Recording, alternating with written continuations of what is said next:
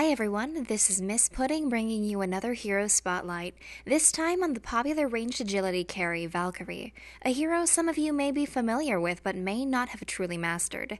For those who are new to her, let's see what her skills do.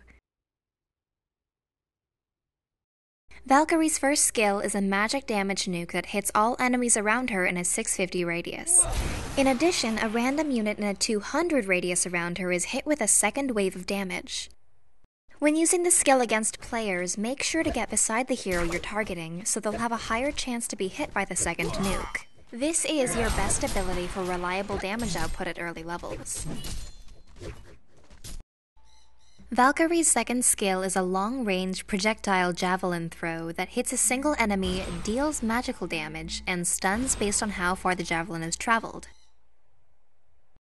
This skill can be difficult to aim, but if timed well can stun for up to 5 seconds and deal a decent chunk of damage. You can also use it at short range for a quick damage burst or to cancel enemy channeling spells and teleports. What gives Valkyrie her exceptional mobility is her third skill, called Courageous Leap. By activating this skill, Valkyrie leaps through the air in the direction she's facing, and upon landing applies a short movement speed boost to herself and any allies nearby. And no, the cooldown isn't really that short. However, this is Valkyrie's only skill with a cooldown that improves by ranking it up. The leap can disjoint projectiles and allow you to hop in and out of team battles seamlessly.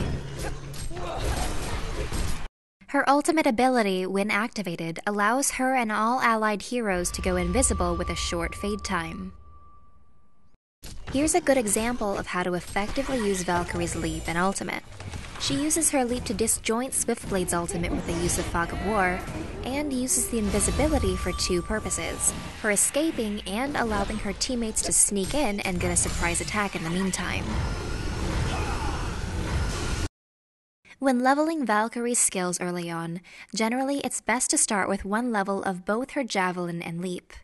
Which you train first depends on whether you're ganking or being ganked. It'd be best not to train a skill unless you're sure which you'll need. With 1 point in each, you can then maximize your early game damage output by ranking up her first skill to max. Her ultimate isn't necessary to get right away, but can be very useful if your team happens to be in a lot of team fights early to mid-game. While difficult to aim if your enemy knows you're there, it can be surprisingly easy to land a long-range javelin on someone sitting safely by their tower in another lane, allowing you to coordinate ganks early on with little effort.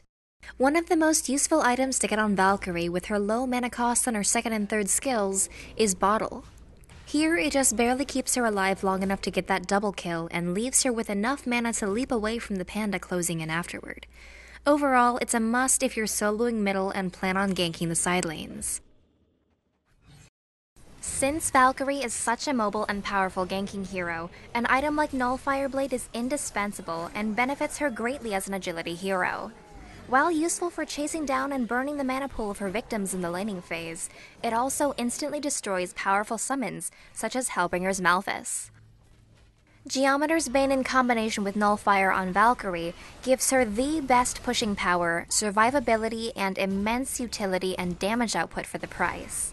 The illusions also do increase damage and gain the mana combustion modifier as well, allowing you to quickly destroy the mana pools of enemy heroes while dealing extra damage at the same time. On a final note, please remember to turn in the direction that you wish to go when leaping. Failing to do so may result in multiple facepalms. Thanks for watching.